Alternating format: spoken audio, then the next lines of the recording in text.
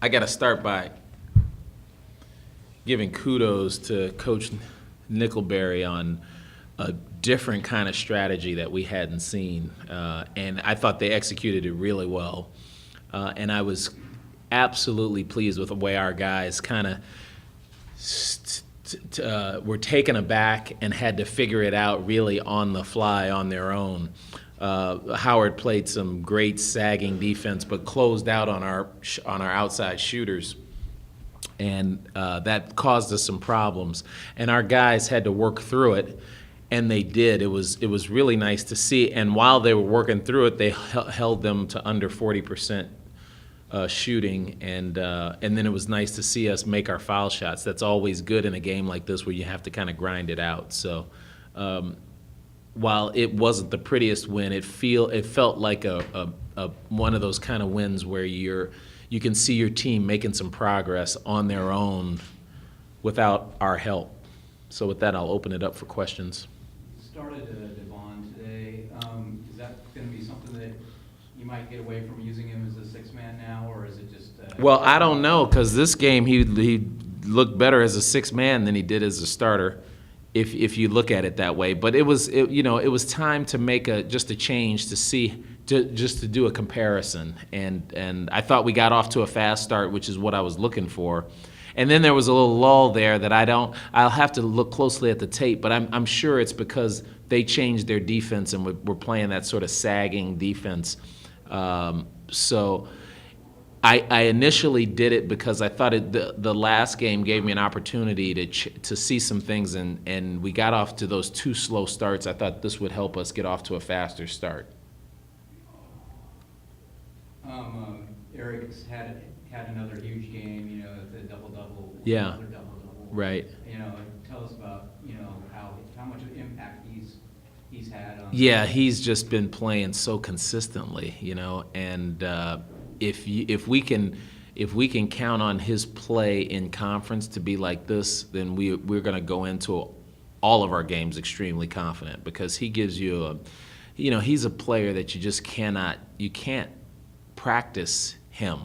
He's long enough to guard a front court player. He's smart enough and quick enough to guard a backcourt player, and he's a rebounding machine. I mean, his rebounding per minute has got to be extraordinary. So I'm really happy for him. And funny enough, he had the double-double, but I think the defense affected him the most. They were sagging off of him, and he was trying to figure out what to do. And there were times when he was just standing around. And once he started cutting, he started getting some easy baskets. Game after scoring 34 points, Roberto comes out and gets a career-high 7 assists. Was that nice to see him take on the role of distributor? Well, it was, but I think tonight he passed up a lot of shots that he could have taken. But that's Roberto for you.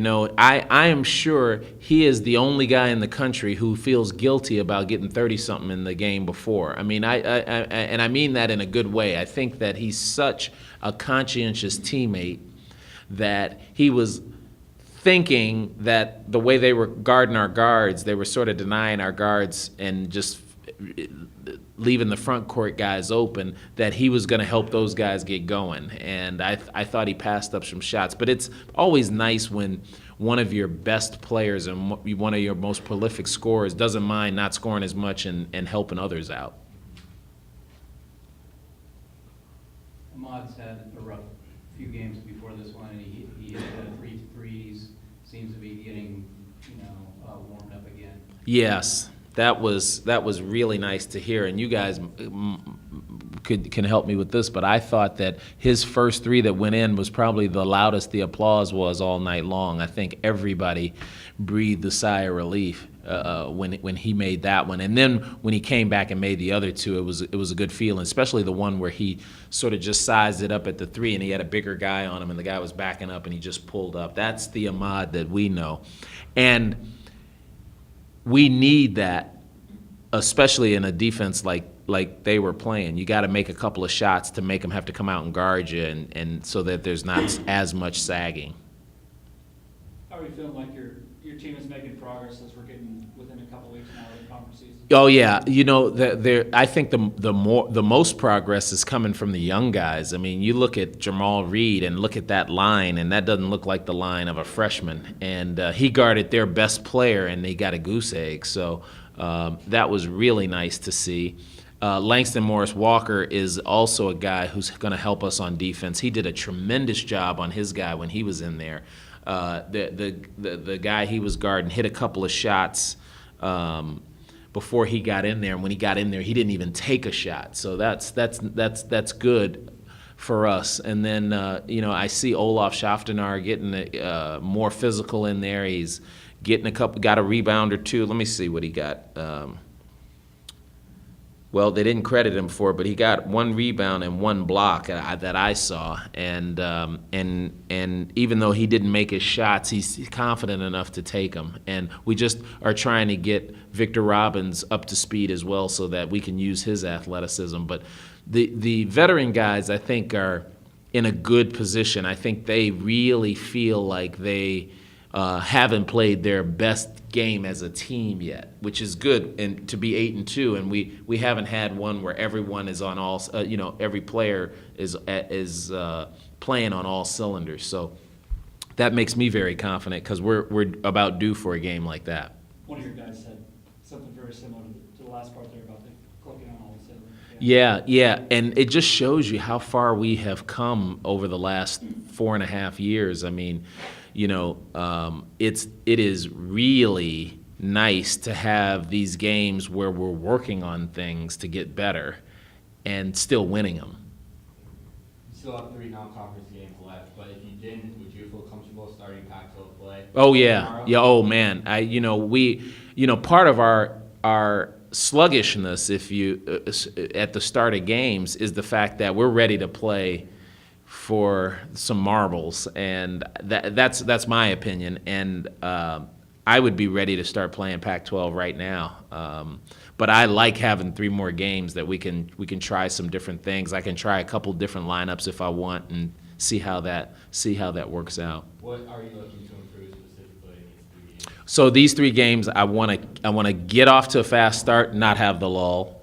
I want to cut down on our turnovers. I want to make sure this foul shooting tonight wasn't an aberration and that we can do that consistently. And then I like how when we come out of certain timeouts, we're going for 2 and 3 stops in a row. We've been able to do that. I want to continue to do that and see if I want to be able to do that though against the number 5 ranked Arizona team or the number 25 ranked Oregon team or some of the teams in the league. I feel Jamal's becoming more comfortable offensively. Oh, absolutely, Kevin. I think that he is now picking and choosing times to be aggressive, which I feel like he has not made a mistake offensively. He hasn't tried to do something he can't do. Any of his mistakes have been aggressive on defense, but offensively, he knows the discretion is the better part of valor. And then to see him make a few foul shots tonight, that was big. I mean, he was 3 for 3 for the foul line. He's not our best foul shooter, so that's all about maturation, focus, and confidence. I assume you scheduled your next game at MGM on purpose because of the Pac-12 tournament. So how much of an advantage do you think that gives you? I don't think it's going to give us that much of an advantage, but it's nice to get to play a game ahead of everyone else by the time we play the Pac-12 tournament. So that'll be nice. It'll be familiar to us. Will it give us an advantage? If what would give us more an advantage is not having to play on that first day. That'll give us more of an advantage. So if we can keep off that first day, that gives us a shot. That was done on purpose, though, that you scheduled. Oh yeah. So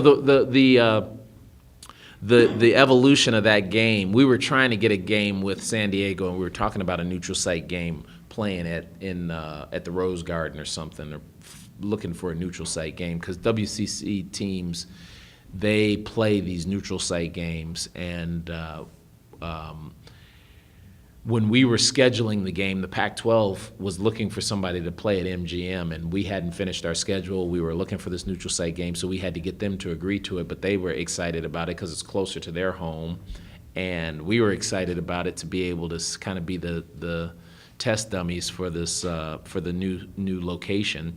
So it just worked out that way. So yeah, it was more a combination of right place, right time, not having finished our schedule, and the Pac-12 trying to get a dry run to prepare for the tournament.